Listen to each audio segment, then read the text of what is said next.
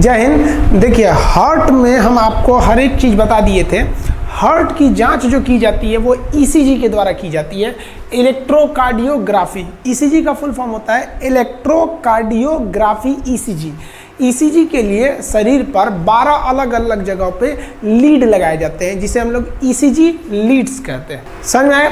अब देखिए, इसका एक तो ग्राफ बनता है। उस ग्राफ में ना बड़ा क्या चीज़ देखा जाता है, तो उसको बोलते हैं PQRST ग्राफ। तो इस PQRST ग्राफ में क्या होता है, देखिए, जब ब्लड शरीर में हृदय में अंदर जाता है, हम आपको बताए थे दाहिना अलिंद से वो अंदर जाता है, तो उसको P ग्राफ से दिखाया जाता है, P से। ये हो गया P। अगर ये P ज़्यादा बढ़ गया तो भी दिक्कत है, कम है तो भी दिक्कत है। तो ये जब जैसे शरीर ब्लड हार्ट में एंट्री करता है उसको दिखाता है P, और उसके बाद की जितनी क्रिया है वो नीले में गया, फिर वहाँ से पंप हुआ, ये सारी क्रियाओं को QRS द्वारा दिखाया जाता है। इसलिए इसे QRS कॉम्प्लेक्स भी कहते हैं कि ये जो होता है ना, दिल के पंप करने को दर्शा रहा होता है। अगर ये मान लीजिए कि R का मैग्नीट्यूड बहुत ज़्यादा दिखा दिया, इसका मतलब हार्ट तेज़ी से पंप कर रहा है। नीचे दिखा दिया तो धीरे पंप कर रहा है। ये सेम ऐसे ही ग्राफ यहाँ बनेगा। अगर ग्राफ बहुत जल्दी जल्दी बनने लगा, मतलब दिल बहुत जल्दी जल्दी धड़क रहा है, तो ये ग्राफ होता है। हार्ट के डॉक्टर को हम कार्डियोलॉजिस्ट कहते हैं। तो ये हो गया हार्ट। हम आपको टोटल हार्ट के बारे में बता दिए थे। तो ये ईसीजी हो गया, जिसे हम लोग क्या कहते हैं, इलेक्ट्रोकार्डियोग्राफी। अब थोड़ा सा बीपी समझते हैं, ब्लड प्रेशर। ब्लड प्रेशर क्या होता है, बीपी। तो ध्यान से देखिए, ब्लड जिस प्रेशर से जाता है और जिस प्रेशर से आता है, इन दोनों प्रेशर को हम क्या कहते हैं, ब्लड प्रेशर। देखिए, जब दिल सिकुड़ता है तभी ब्लड बाहर जाता है।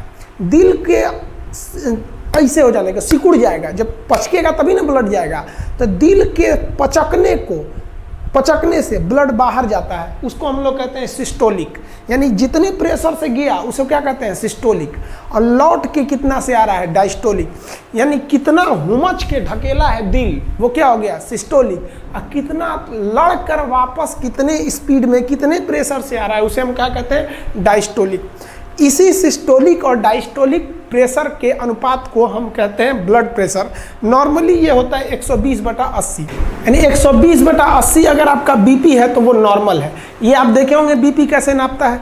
वो यहाँ पर आपको एक लॉब लगा देगा और वहाँ पे आपको पारा का मशीन लगा देगा, और यहाँ पे देखिएगा ना, एक पंप से प्रेशर भरने लगता है।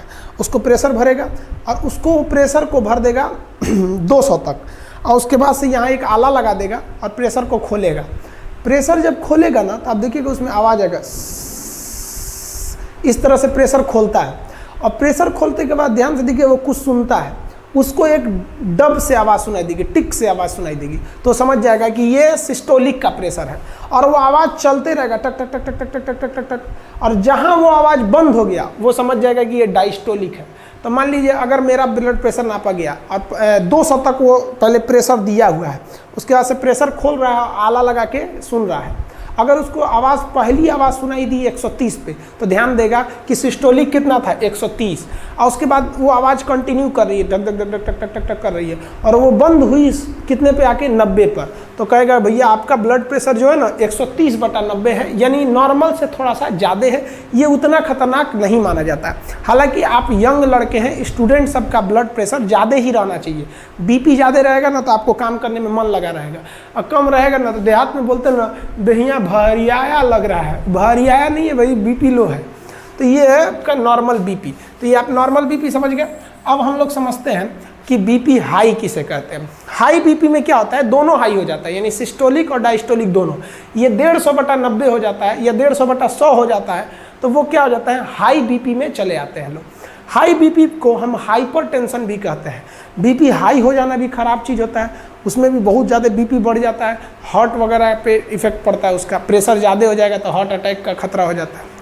और अगर लो बीपी यानी लो ब्लड प्रेशर देखेंगे तो ये 120/80 से घट के कितना हो जाता है, 100/60 हो जाता है। लो बीपी भी ख़राब चीज़ है। बीपी अगर लो हो जाएगा तो भी दिक्कत है, आप भद भद गिरिएगा, कहीं खड़ा रहेंगे ऐसे गिर जाएंगे जहाँ तहाँ। तो ये बीपी को ना बढ़ना सही है ना घटना सही है, बीपी को नॉर्मल रहना चाहिए। इसके लिए दवाइयाँ आती हैं सब। अगर बीपी लो हो जाए तो बढ़ाने के लिए फल फूल नमक वगैरह खाइए, ज़्यादा बढ़ जाएगा। हाई हो गया है तो नमक तेल मसाला गर्म चीज़ कम कर दीजिए, लो हो जाएगा। तो ये दवा और मेडिकल पे दवाइयाँ भी अवेलेबल रहती हैं बीपी को कंट्रोल करने के लिए। हाँ, बीपी को कंट्रोल करने का घरेलू उपाय भी क्या है? घरेलू उपाय समझिए। मान लीजिए कि अगर आपका बीपी बहुत बढ़ गया है और आप चाहते हैं बीपी को घटाएं, तो आप अपनी साली से बात कीजिए। साली से बात करेंगे ना तो बढ़ा हुआ बीपी ऑटोमेटिक लो हो जाएगा। और अगर आपका बीपी बहुत लो हो गया है और आप चाहते हैं इस बीपी को बढ़ाएं, तब आप अपनी घर वाली से बात कीजिए। 10 मिनट बात करेंगे ना, आपका लो बीपी को हाई कर देंगे। समझ में गया? तो ये घरेलू उपाय भी है, आप इसको भी आजमा सकते हैं। नहीं तो आप दवा खाएंगे। तो ये आप बीपी और ईसीजी समझ में आ गया आप लोग को। उम्मीद करते हैं ये समझ में आ गया होगा। नेक्स्ट हम आपको बॉटनी में भी कुछ चैप्टर को क्लियर कर देंगे। तब तक आप इसका स्क्रीनशॉट लेना चाहे तो ले सकते हैं।